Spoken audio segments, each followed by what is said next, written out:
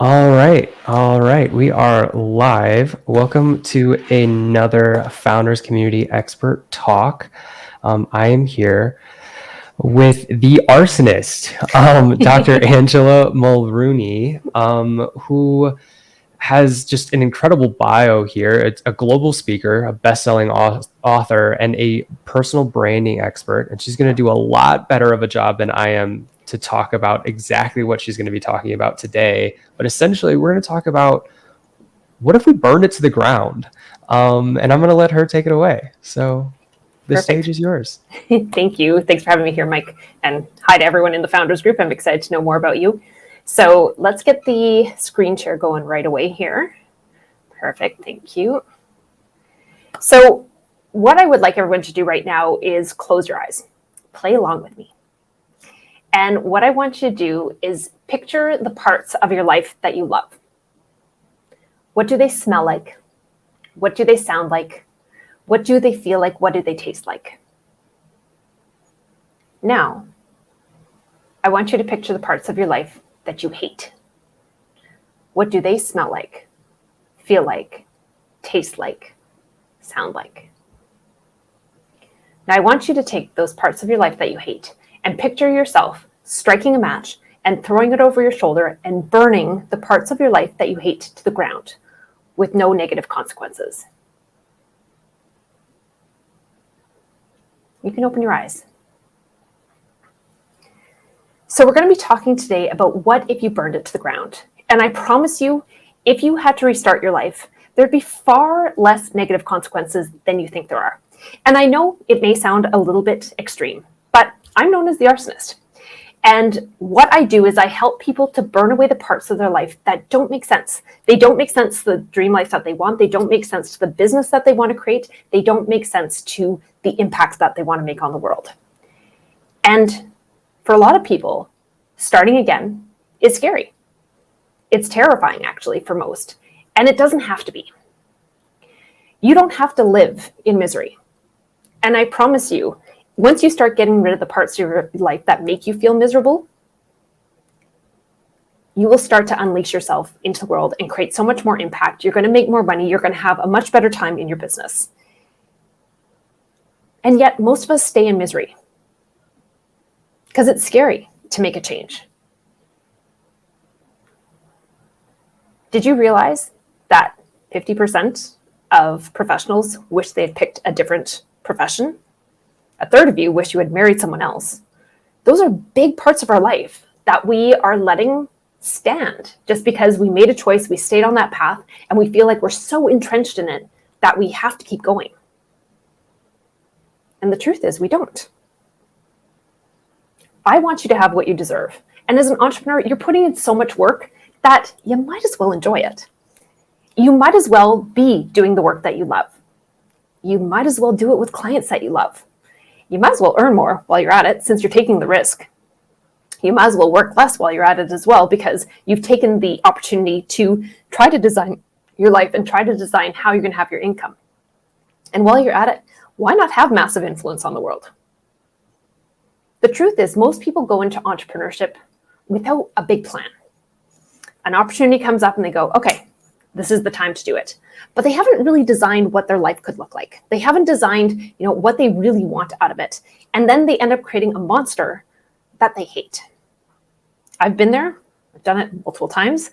And I help people now to never do that again. So let me tell you how I became the arsonist.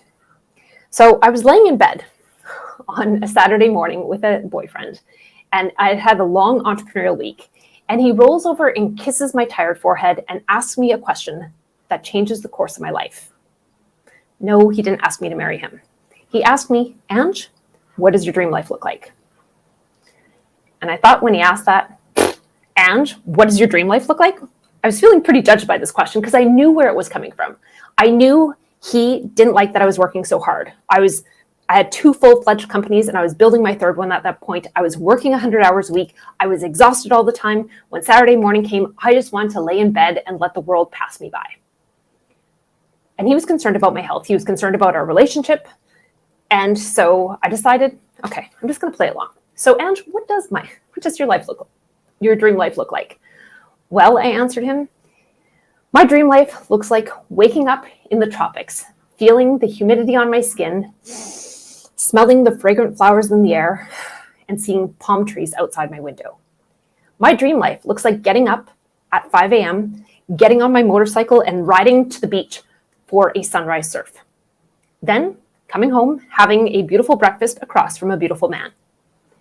When my workday starts, I am enjoying working online. I want to work 3 hours per day with highly accomplished professionals who are trying to change the world with what they know. When my 3 hours are done, I get to enjoy the tropics. My goal is in those 3 hours per day, I'm making $1 million per year. I am creating massive impact in the world, and I'm helping others to do the same. But then I have a life outside of that. By the time sunset comes, I'm having dinner on the beach with great friends, watching the beautiful sunset across from the ocean. And when I lay in bed in my dream life, the last thought that crosses my mind is, I'm exactly where I'm supposed to be, doing exactly what I'm meant to do. Now, as I relay this to him, I'm kind of laughing to myself because I'm going, how on earth am I going to have that dream life? Because I'm currently not living my dream life. I'm working 100 hours a week. I am addicted to entrepreneurship. I feel like a badass when I do what I do. And other people think I'm a badass because I have no limits. And yet what I just told him was so disparate from what I was living in my current life. So that question he asked me, what does your dream life look like? Stuck in my head. He didn't last that long, but that question he asked me haunted me. I would wake up in the middle of the night in Calgary in winter, scratching my dry, itchy skin, thinking, what am I doing all this for? Why am I working 100 hours a week? Why am I living in a city that encourages my entrepreneurial addiction? Why am I living in a city where I hate the weather 9 out of 12 months of the year? Why do I always have to push so hard? Why do I have to be a badass? What is all this for? And those images of my dream life kept coming up over and over again. And that question set in motion a series of choices that changed my life. I started to pay attention to how I looked at other people's lives. And I never had felt like I was someone who was envious, but I started to realize there was things about people's lives that I was like, oh, that's pretty cool. And so I started to try and figure out how I could have what they had. And it wasn't about coveting my neighbor's goods or their life. It was about realizing that the difference between the life that I had designed and was living presently and the life that I had described, the only thing stopping me from getting there was me. If I wanted to stop living the life that I had where I felt chained to my businesses, it was up to me to make different choices. I needed to take radical responsibility to move myself from where I was right now to where I wanted to be. And once I realized that, the choices became easy. That's how I ended up booking a one-way flight to Nicaragua after selling one of my companies, everything that I owned, my house, my goods, packing up 2 suitcases and getting on a one-way flight to the tropics. And the morning after I landed, I woke up in bed feeling the humidity on my skin, smelling tropical flowers in the air, and seeing palm trees outside my window.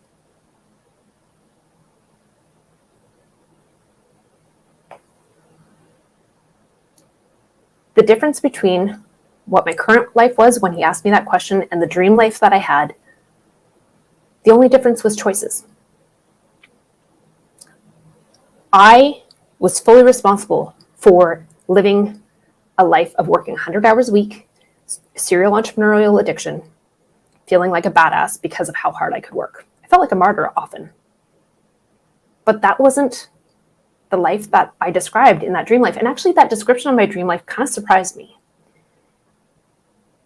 If you want to get to your dream life, you need to take radical responsibility for your choices. Nobody is making you do anything you don't want to do.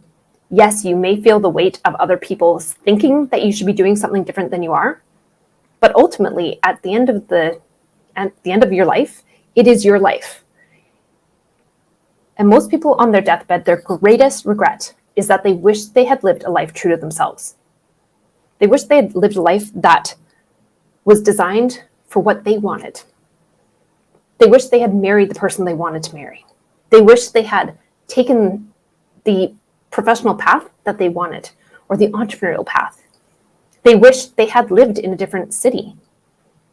They wish they had had more adventure. But by the time you're on your deathbed, it's too late. You can't do anything about it. And I don't want that for you. I want you all to be able to do the work you love with clients that you love, earning more, working less, and creating massive impact in the world. Now, what often holds us back from our dream life is that we should all over ourselves. So what I'd like you to do right now is close your eyes. I'd like you to close your eyes, and I would like you to let go of where you presently are at. Whatever your life is right now, it doesn't matter. If you got to start completely from scratch again, what would your life look like? So again, close your eyes, and I want you to picture your life in vivid detail. If you could have whatever you wanted, where would you be waking up? Who would you be waking up beside? What do they smell like? What does the room that you're waking up look like? What do the sheets that you're sleeping in feel like on your skin? As you get up out of bed and walk into the kitchen, put your hands on the counter and feel the texture of the counter in your dream kitchen. As you wrap your fingers around the handle for your fridge and open it, what is in your fridge? What are you going to make yourself for breakfast? What does that breakfast taste like? What does it smell like? What does it feel like in your mouth? Who are you sitting across from as you eat breakfast?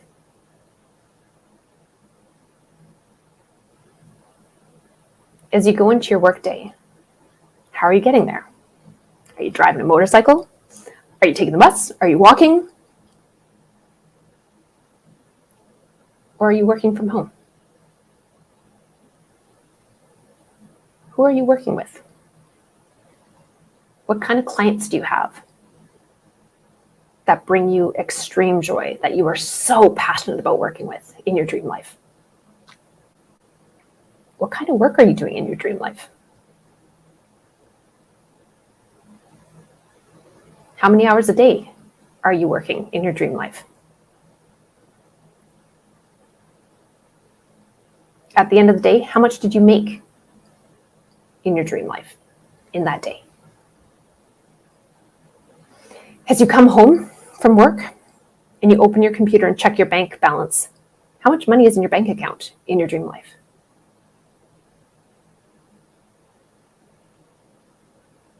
As you live into your evening in your dream life, who are you hanging out with? What are you doing in the evening?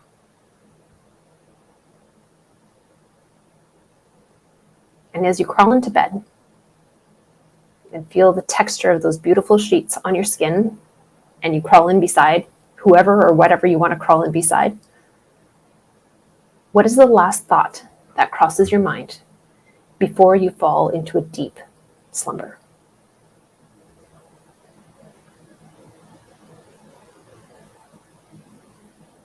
So I'd like you to open your eyes, and I'd like you to just quickly write down what is the difference between your present life and the life you just imagined. So only the points of difference. Are you living in a different location? Are you spending your time with a different person? Are you doing a different kind of work? Are you making a different amount of money? Do you have a different amount of money in your bank account in your dream life?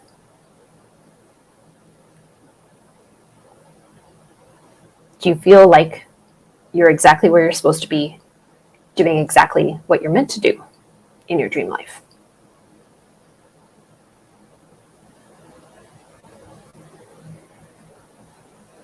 Now, I know a lot of you are going to see what you wrote out and go, that's not even realistic. That's how I felt too after my boyfriend asked me that question. And what's going to happen is you're going to start shoulding all over yourself. You're going to start coming up with all the reasons why you can't have that dream life. And so let's should all over ourselves. Tell me why you can't have that dream life. Each of those points that are different, write out why you can't have that right now. So why can't you live in the location? What is making you stay in the place that you feel like you should be staying in, that you're presently in? Why should you not be making more money? Why should you not be doing the work that you love? Why should you not be working with the clients that you love? Why should you not be with the person that you love?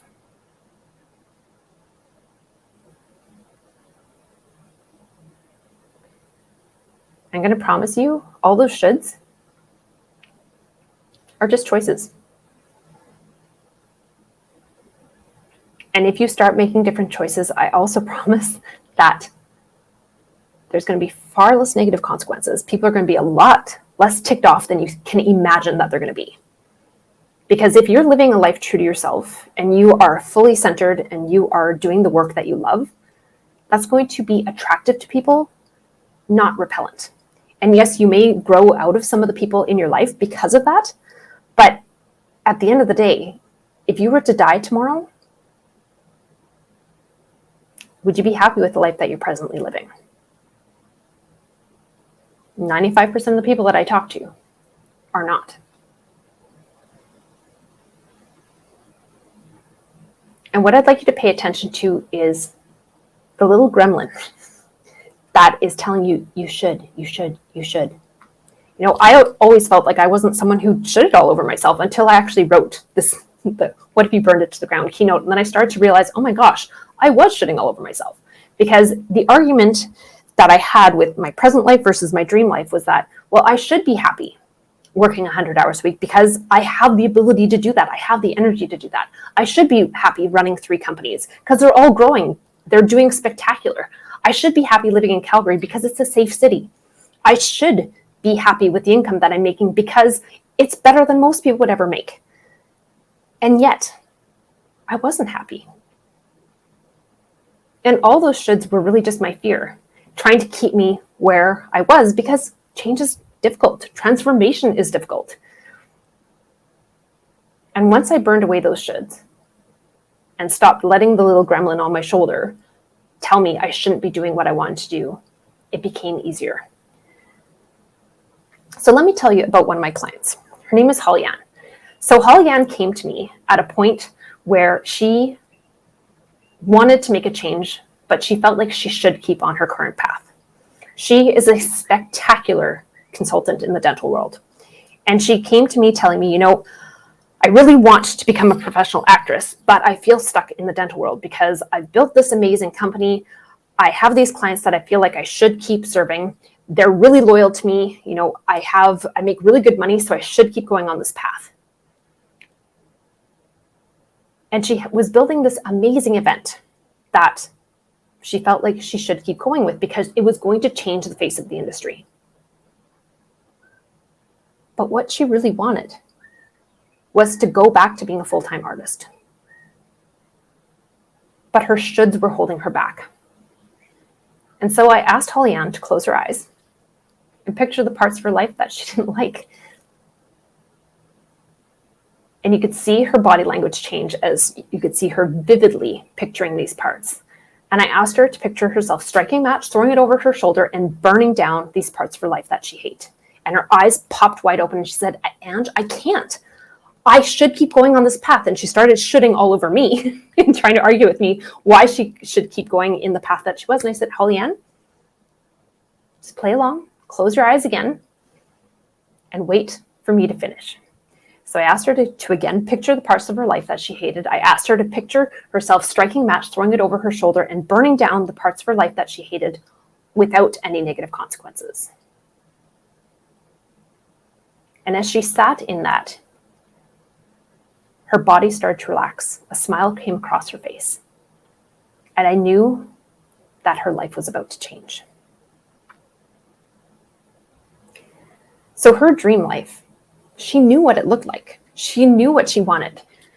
She could picture herself on stage. She could picture herself singing. She could picture herself composing music and writing plays and doing exactly what she knew was her unique talent in the world. But she was afraid to let go of the income. She was afraid to let go of the path that she had invested so much time in. And for her to let go of that, she needed to commit arson. She needed to burn down those things that were holding her back so that she could unleash herself into her new life. So again, I want you to picture the parts of your life that you need to let go of. Let's close our eyes. Picture the parts of your current life that don't fit into that dream life that you want. And I want you to picture yourself striking a match, throwing it over your shoulder, and watching those parts of your life burn to the ground without negative consequences.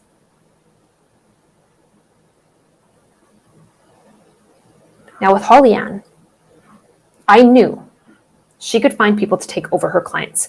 I knew she could find people to take over that life-changing event that she was trying to build that was holding her back. I knew that if she could let go of that stuff, she wouldn't spend 6 more months in misery, because that was how long she had until this event was going to happen. And for her, it seemed like torture to let it go, because she was scared. She felt like she had all these people counting on her. Everyone was telling her she should keep going. She should keep building this event. She should stay in the profession that she had. But she felt sick when she thought about the work that she was currently doing. When she thought about the work that she wanted to do, she felt elation.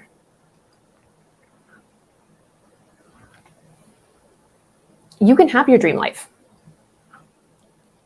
No one is stopping you. Getting to your dream life is merely a set of choices. So I'd like for you to, for the rest of the day, keep thinking into what your dream life can look like. And start thinking about the parts of your current life that you can start getting rid of. And stop shooting all over yourself. Pay attention to when that little gremlin starts saying, you should, you should, you should. And look at it and go, what would be the consequence if I got rid of that? I guarantee probably 95% of your day is not living your dream life. So let's start burning away those shoulds and start figuring out what you're going to do about it. I'll be honest, once I described my dream life, the rose-colored glasses of the current life that I was living, the entrepreneurial addiction, the 100 hours a week, the feeling like a badass by working as hard as I could, those rose-colored glasses shattered, and all I could see was everything that I needed to change. And if you can let yourself see the life that you want, and then see the contrast between the current life that you're living, it will be hard not to make choices to get to the dream life that you want. And it's going to take some arson. It's going to take slowly burning down the parts of your life that you don't like. You may not be able to do it as fast as I did. Honestly, the decision took me about 6 months before I landed in Nicaragua. I move fast, but I had smaller companies that I could maneuver very quickly. So it allowed me to get rid of the parts. You may have to do it slowly, but once you know where you want to go, then you can start building things into that right direction.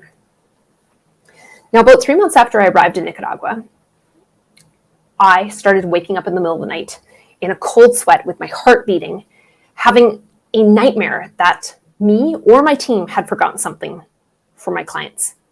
And at that time, I had grown from 2.5 to 14 full-time team members in a very short period of time. So the machine of what I had built was growing faster than I felt like I could manage. I trusted the people in their positions, but there was all these moving pieces that I only had a macroscopic view of, not a microscopic view of, and it was eating me alive. I was always afraid that we were going to get fired. I was afraid that I had missed something, or that my team had missed something, and that clients were going to be mad at us. And I started to realize the way that I was living was negatively affecting my health. That entrepreneurial addiction was negatively affecting my health. And I thought I had done a massive burn. I sold one of my companies.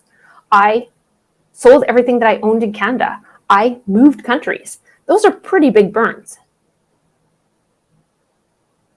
But what I realized was, even though I had freed up my time by selling off one of those companies, what had happened was I had just filled my time with other things. I was back to working 100 hours a week, living in paradise, which was not the point. And I started to feel like I was drowning in my own ambition.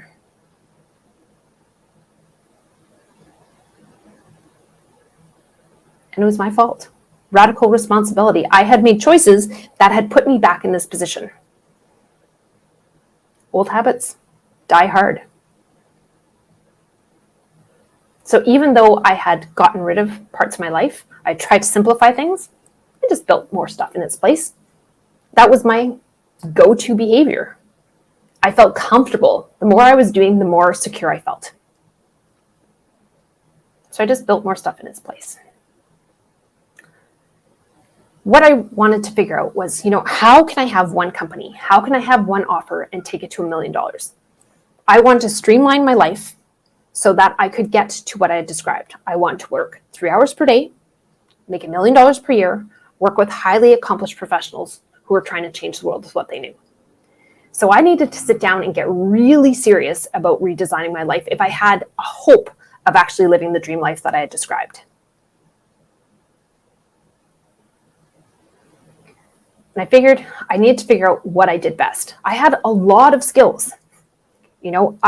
One of my companies was a professional dance company, so I had a professional dance background. I used to be a dentist, so I had skills to help people with their dental practices. That was what one of my other companies was about. And then I had a huge social media education and marketing, so that was part of my other skill set. So when I looked at my skills, I was just overwhelmed because I had so many things that I could offer to the world, and I was really good at all of them. But I needed to figure out what I uniquely did that gave me an unfair advantage in the world. What was I naturally gifted at? What was I more studied at than other people?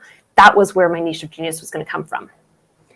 So I realized I needed to start the burn again. If I was going to get into my niche of genius, I needed to get rid of that 95% of my day that was not in my niche of genius, so I could start rebuilding into that 5% that was my niche of genius. What I realized was, as an entrepreneur, one of the major things that we have on our side is we can see the potential in an opportunity. That is one of the gifts of being an entrepreneur. It is one of the greatest downfalls of being an entrepreneur as well, because we see the opportunity in everything. And so we want to chase all these shiny opportunities because we feel like if we don't, we're going to leave money on the table, especially if you're starting out. And you feel like you're not making as much money as you feel like you should be, then it's really easy to get distracted by the opportunities. But I was tired. I didn't want to do this anymore. I didn't want to be pulled in so many different directions.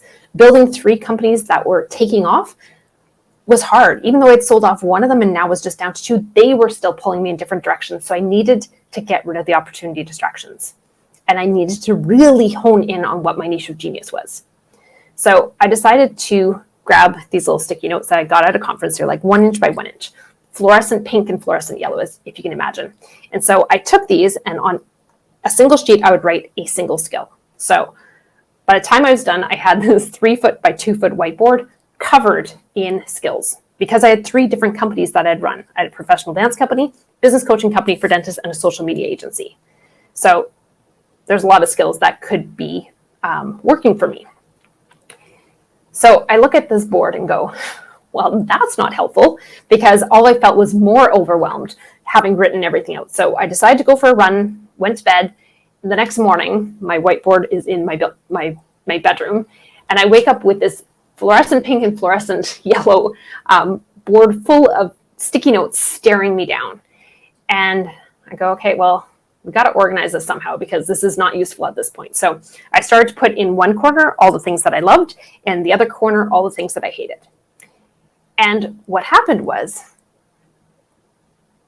I took those favorite things that I could be paid for and put them in order from 1 to 10. And a pattern emerged. I started to see what my top 3 skills were.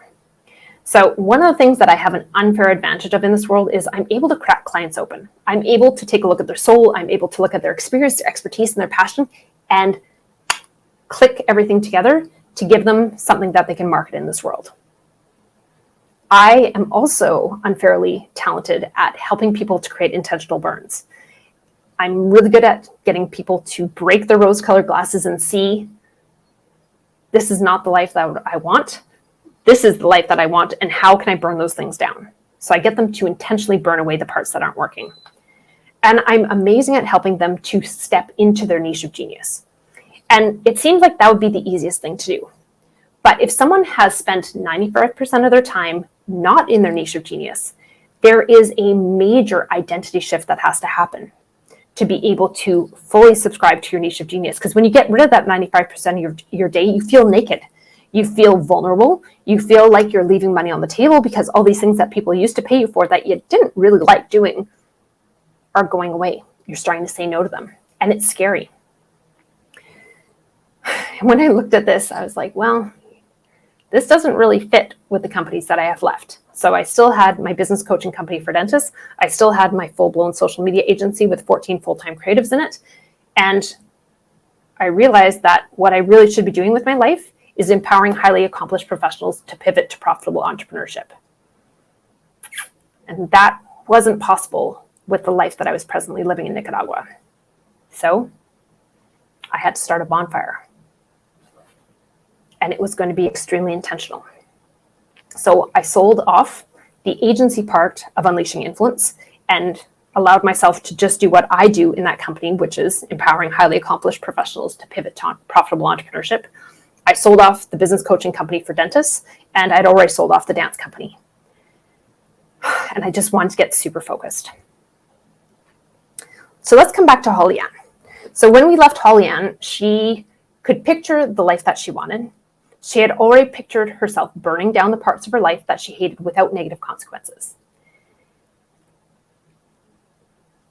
And when we came back to it after she opened her eyes, she started to see the light. She started to get really excited.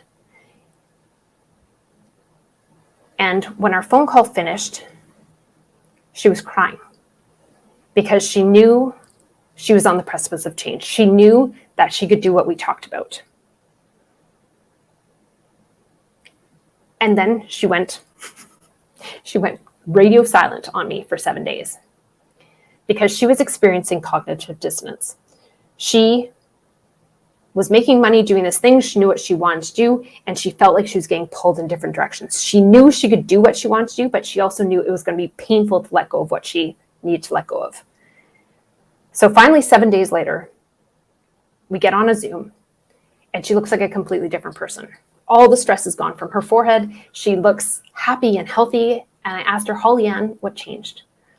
She told me, well, Ange, for the first 3 days after we got off our call, I hated you because I was puking. I was laying in bed. I didn't want to get out of bed. I just felt awful. I felt like all this stuff was like oozing out of me as I was starting to release what I needed to release. But then once that happened, she said, I got on some phone calls and called people who I felt could take over the clients that I didn't really want to work with anymore. I decided to keep one because there was one that she really liked who gave her a really good paycheck and she felt joy with them. So she decided to keep them, but she handed off the rest. She also contacted a few people who were aligned with the event that she was trying to build and asked if they would take it over. And they said, sure. And then she hired an acting coach so that she could get back in shape for the stage. It only took her 7 days to make the right decisions to get to where she wanted to go. And she's already landed her first feature film. She's built a few stage shows and been racking up awards for them. So for her to have followed this acting profession, she was scared to do it, but because she's now in her niche of genius, she's killing it. And this was the testimonial she gave me. Warning, Angela won't tell you what you want to hear, and it might just change your life. So let's talk about your niche of genius. What I would like you to do is figure out what people are willing to pay you for. It may be stuff that you're presently doing. It may be stuff that you could be doing. But I want you to write out the top 10 things that people are willing to pay you for. And then I want you to figure out what your top 3 skills are. What are the 3 skills that you are either uniquely trained in or uniquely naturally talented in? These are the things that give you a definite advantage in the marketplace, but also bring you joy. And then I want you to figure out how to package those. So how can you take those top 3 skills and put them into a nice little package that you can put out into the world so that people realize you are the expert that can help them? And I want you to look at the 95% of your day that you're spending outside your niche of genius and burn one thing away today. Get rid of one thing, start the burn. And then tomorrow, figure out another thing that you can let go of. So it still may be essential to your company, but can you get a VA to help you with it? Or is it maybe not even essential to your company and you've just been doing it because that was the habit that you got into? But start looking at what you can actually start getting rid of. So far we've talked about, looking at what your dream life looks like, looking at the shoulds and trying to pay attention to those and realize that they're just choices, and also figuring out what your niche of genius is. And it's time to start the bonfire. It's time to start getting rid of the things that are not aligned with where you want to go. So after I completed my bonfire, it was about 3 months after that I started to realize, okay, everything is going to be okay. And I'm really good at burning things down, but I do feel fear that I burned something wrong, even though I try to be very intentional with it. So 3 months after, I started to realize things had really changed for the better. I was getting messages on LinkedIn from exactly the kind of professionals that I wanted to work with. I wanted to work with C-suite executives, VPs, really high up professionals in companies that wanted out. They wanted to become an entrepreneur and leverage their experience, their expertise, their passion to be able to change the world with what they know. And they were lining up in my inbox, messaging me saying, I've heard what you do and I want to work with you. They weren't asking the price. They just knew they wanted to work with me. And I breathed a sigh of relief. I remember 3 months after my final divestment of my companies, I opened my laptop, looked at my bank account, and I had just received a deposit from one client who had paid in full for a year of working with me. And the amount that was deposited was more than I would have made as a full-time dentist. You can imagine, I breathed a major sigh of relief. What I had burned my life down to was a simple, effective, and influential company. I was able to replicate over and over again the results that I wanted, and I was doing it one-on-one. So I had one company, I had one offer, I was on my way to making $1 million, and I was able to do it in 3 hours per day. That dream life I had talked about was getting closer and closer to where I wanted to be. But as I got busier and busier and people started contacting me more and more, and I was working one-on-one with them, I started to get stretched again. And I realized if I kept going on this path, I was going to end up working 100 hours a week. I was going to be miserable, and that is not what I wanted. So I sat back and tried to observe what was happening in my company. And what I observed was I was repeating the same stuff over and over again. I was saying the same thing to at least 2 people in a week. I also realized that my clients felt very alone.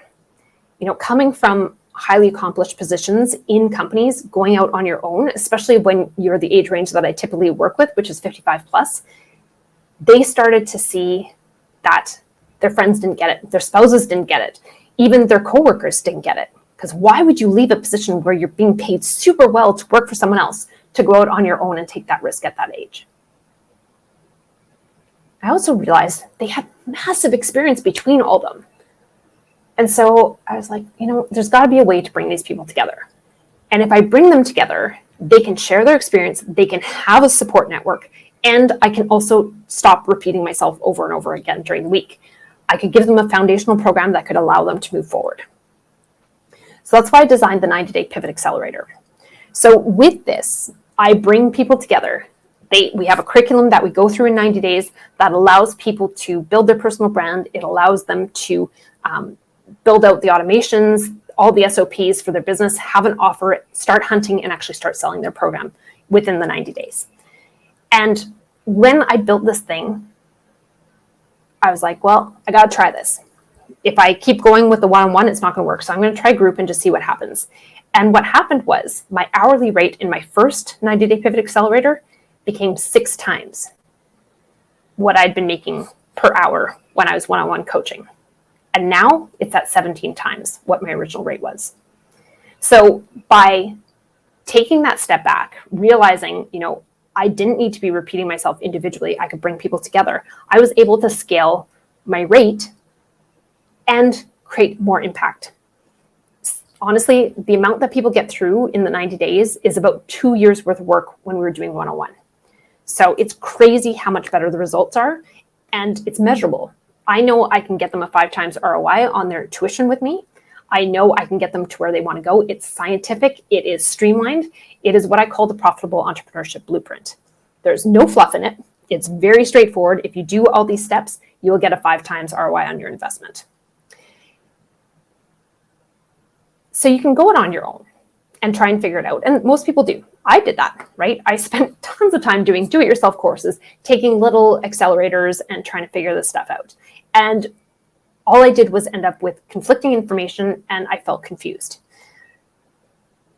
I spent more hours, I spent more energy, and it cost me a whole lot more than if I had found someone who had been there and done that and could take me through their blueprint and get me to where I wanted to go.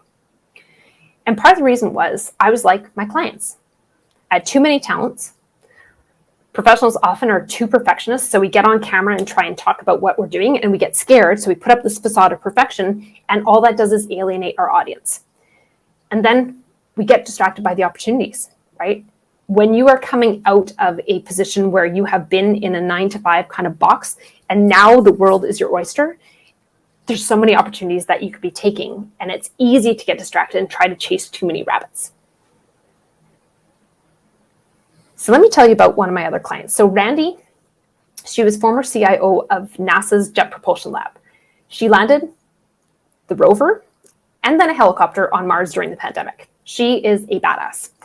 And she came to me after she had already done her bonfire. So she had been 6 months out of NASA, and she came to me because she thought she wanted to be a professional speaker. And so we had a chat. We talked about what her dream life looked like. And she told me, I want to leverage my 40-year tech career. If you're in the tech industry, you probably know who Randy is. She wanted to make $2 million, and she wanted to work 40 hours per week because she was used to working 100 hours per week. So I talked to her about what a speaking career would look like. You're a road warrior for a long time before you actually get your chops and you get to the point where you're making a lot per keynote. And I asked her, do you want to have just an hour of inspiration and hope that people do something with it? Or do you want to be in the mud with them, helping them to get to where they want to go? And she told me, I'd rather be in the mud, helping them get to where they want to go, being able to make sure that I get them results. So I said, well, then speaking can be an adjunct, but it's not going to be your primary. Let's look at building out accelerators. So we went through the profitable entrepreneurship blueprint. We took her through 90 days of a pivot, building out her business, we actually built her 2 offers because she wanted to work with corporations as well as individuals, and started to get her hunting and getting her closing business. Now, she was 2 months out of the accelerator, and she had already closed $150,000 in business. And she was sick for the first month because she had surgery and had a hard time recovering. So really, in a month, she closed $150K. Because she followed the profitable entrepreneurship blueprint to the T. She did everything I asked her to do, didn't waver, didn't go and try and study and bring other concepts in. She just followed the path. And her testimonial to me was, I know how to land a helicopter and rover on Mars, but I had no clue how to create a profitable business until I met Angela. And that's the thing with people who are pivoting from structured 9-to-5 jobs, going from that and even being an entrepreneur within those companies to doing the work on your own and trying to sell yourself is a completely different thing. She struggled for 6 months before she joined my program, and then she's taken off like wildfire. So you need to learn how to package yourself, you need to learn how to attract people, and you need to learn how to scale it. So packaging comes from what is your niche of mastery. Attracting is getting in touch with the right people and then designing a program that you can take to the moon. It takes fierce guidance if you want help with it. It takes fearless truth, and it takes gleeful arson. So if you are struggling with trying to figure out like what you want to do as an entrepreneur, you're starting to build something and you're going, if I have to do this for the next 5 or 10 years, it's not what I want, then I would love to have a chat, because I want you guys to be able to do the work that you love with the people that you love, achieving exactly what you want for your dream life. So you can do it the easy way, or you can do it the hard way. The hard way is trying to figure it out yourself. But I promise you, what I showed you today will get you to where you want to go. So identify what your dream life is, listen for those shoulds and start realizing they are just choices. Figure out what your niche of genius is, and then start a bonfire and start getting rid of the things that don't belong so that you can build your brand with a blueprint. These are the 5 components of what you need to do to get to where you want to go, so that you can have your dream life. And truly, you can have whatever you want. It is all about choices. So this has been What If You Burned It to the Ground? And this is the formula that I work with my clients to get them extreme success. This is something that I want you to start doing. Look at the exercises that we went through today and start working through them on your own time and see what happens. And if you feel like you could use some help with this and just even want to have a conversation about where you're at and where you want to go, if you scan this QR code, you can set up a 30-minute call with me, and I'd be delighted to chat with you about where you're at, see if I can give you some pointers to get you in the right direction. And I'd be absolutely delighted to speak with any of you. So now we'll open it up for questions. Awesome. I'll start. I have a question. So, I think there's a lot of people out there who may need to be an arsonist, may need to burn some things down, but don't know that that's what they need to do. So they're frustrated in a corporate job. Anyone who's talked to me knows that was me at one point, where I was like, and I think anyone who's in entrepreneurship can look back and be like, oh my gosh, I don't know how I did that. Yeah. What advice would you have to those people who may not even necessarily know that entrepreneurship is even a path? How do they know, like, even before the first step of like lighting the match, like, how do they know that they need to? Like, what are some signs? Honestly, if they can go through the dream life exercise and just realize, where do you want to be, whether it's physically, it's financially, it's with the kind of people that you surround yourself with. Once you start seeing that and you see where you're at right now and where you want to go, and that your current life actually won't get you there, that's one of the biggest things that they can be doing. And for a lot of professionals, especially the ones who are highly accomplished, they've won a ton of awards like Randy did, it's hard to actually leave those positions because it's safe. You have regular income, you have benefits, you have the ability to be an entrepreneur if you're at a certain caliber within a company. So it's pretty safe and you get to be innovative. But if that is not getting you the income that you want and you want to scale it, it's making you work too many hours and you're missing out on life with your family, then entrepreneurship is something that can be considered. And I'm not saying just like burn the boats and have no plan, like learn how to be an entrepreneur, because most people don't last in entrepreneurship. I remember when the pandemic hit, like in the first 6 months, people losing their job, everyone was doing these new entrepreneurial endeavors. And about 6 months in, I was checking in on them because I'm watching them. And I'm like, they're not going to make it. They're not going to make it. They're not going to make it, because they didn't have a plan. And I check in and be like, yeah, I'm working at an optometry shop selling glasses. Like, they were doing things that were totally outside their expertise because they got scared. And it was hard for them to actually stay the path. But you can't go in without a plan, because you do need money. Whether you have a passion for what you're doing or not, you need to have income. You need to feel like you're making an impact. You need to feel like you have that security to pay your bills. And that is one of the things that scares people the fastest back to getting a job, even if it's not within their field.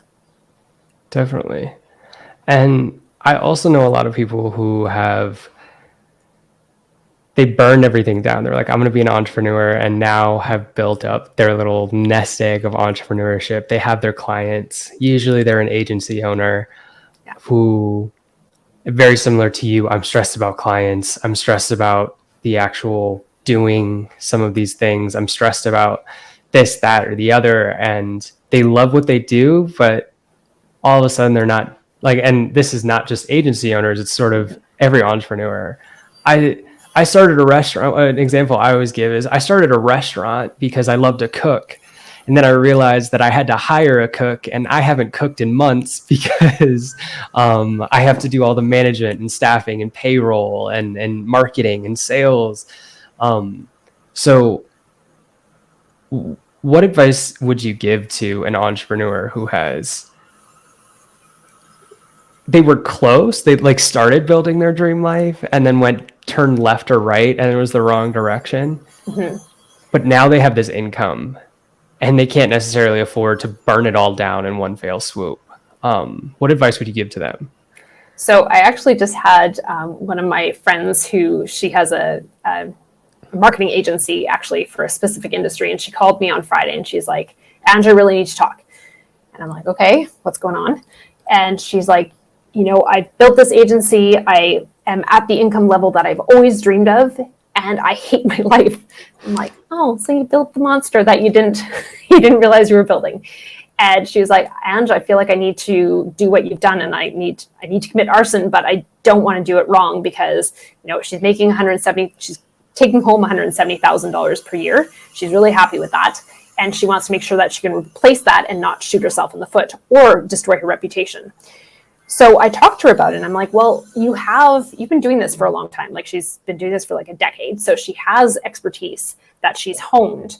And I'm like, well, you have two choices. You can either bring in a COO to oversee the moving pieces that are stressing you out, or we can sell it off and get you to start teaching. So running masterminds either on teaching people how to build their agencies, because she's very successful with what she's done, or we can have you teaching marketing to people to do it themselves. So she's now deciding which path she's going to take. And for her, she's like, I'm not quite as brazen as you, and so I'm not like the rip the Band-Aid off kind of person. I'm more like, let's slowly ease into this. So what our plan is she is going to slowly figure out, like she's going to get the company evaluated so that she can get it on the market. And then she's going to be building up her own tactic, her own teaching business like I have on the side, so that when that is up to the point, and honestly, probably within, I'm guessing within 6 months, she'll have replaced that income, and then we can scale it farther once she gets rid of the company, because then she can focus fully on this. I feel like she's going to be $1 million educator as well by the time she's done. But slowly having that plan and slowly getting pieces in place so that when you get rid of that, you already have the income replaced is totally doable. Absolutely. And I think with that too, there's so many different aspects of a dream life that we're creating. Totally. And one of them, and I'm sure you hear it in all of your calls, is money. I want to make this much. And I think when I'm talking to a lot of people about entrepreneurship, there's a lot of, I need to make 6 figures. I need to make 500,000. I need to make $1 million a year. Or it's not worth it. Mm-hmm. And they're only making 60 now, or they're only making 70 now. And one, it's almost bringing up that question of, what if you were just able to replace your income without having a boss, and then we'll think about $1 million? Or why do you want $1 million? Like, what are you going to do with it? Like, I've talked to so many people who want this number. They say entrepreneurship and doing this, that, or the other is not worth it unless I can make this number. But then when you get down to what does that number do for your dream life? It's, oh, well, it would make me, and they don't have an answer. So it's almost starting like from backwards of, I need to make this much money, and I want to make this much money. Mm-hmm. What is step one? So, well, step one is figuring out what those goals are and then working backwards. So sometimes people come to me and they're like, yeah, I want to make $1 million. And I'm like, okay, if we're going to do that, this is what you need to be charging for your, say a 90-day, like they're modeling my stuff. So they do like a 90-day pivot accelerator. And it's like, well, you got to be charging this much per seat. So you got to be providing a ton of value, you need to be able to almost guarantee that they can get this kind of ROI on it. And then they go, oh, no, I'm not comfortable charging that yet. So it's like, okay, well, maybe year one, we're going to aim for this much. So maybe we're going to aim for 500,000. And then next year, once you're comfortable with what you're doing, you feel like you have the chops to actually get in there and rinse and repeat over and over again, and you can get that replicatable result, then you can actually scale it from there. So a lot of times when people go into entrepreneurship for themselves, they see that big number, but then what they realize is what they have to charge is way out of their comfort zone. So they do a round one, and then like a lot of people that come to me, they think their first program for 90 days is going to be 5,000. And I'm like, by the time you're done the 90 days, you're going to be charging 10 or 15. But say they charge 5,000. Then by the end of their 90 days, with the time that they're putting in, by the time that they have paid for their education program with me, they built a little bit of infrastructure, they're actually still clearing $3,000 at, say, selling 6 seats at 5,000. And again, none of them actually do that. But if we were to let them do that, they'd be at a low price point, but they'd actually have made a profit in 90 days of their first program. Then if they decide to get a little bit more ballsy with it, then they'll make like 25,000 cleared on their second program, and then they'll keep increasing it.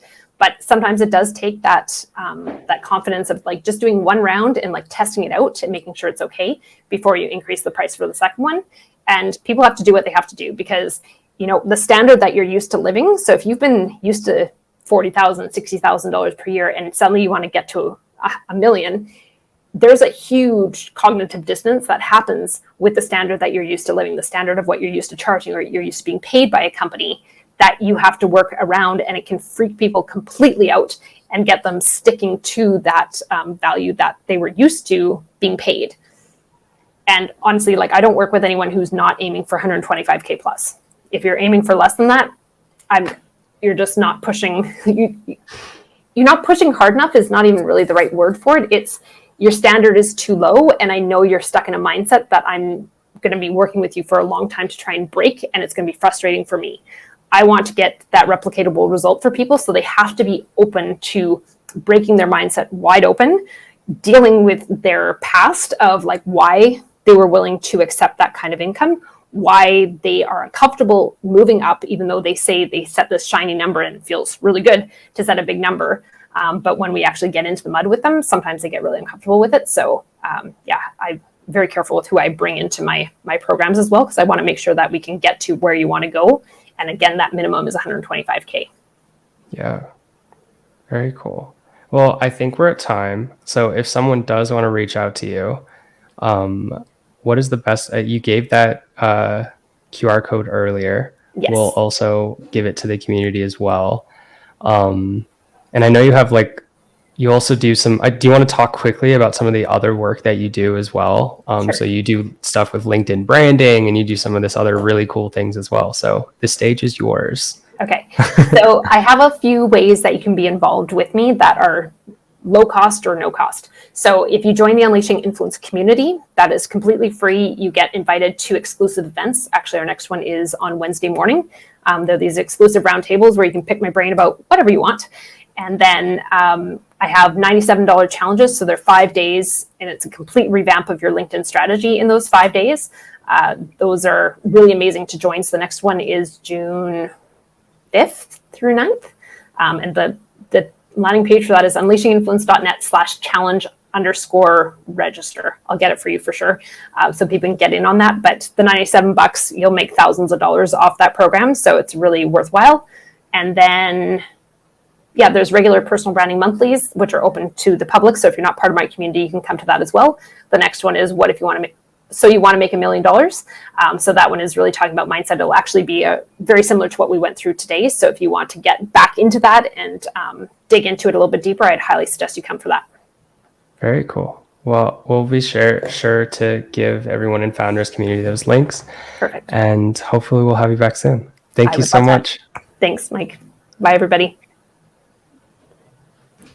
End. So if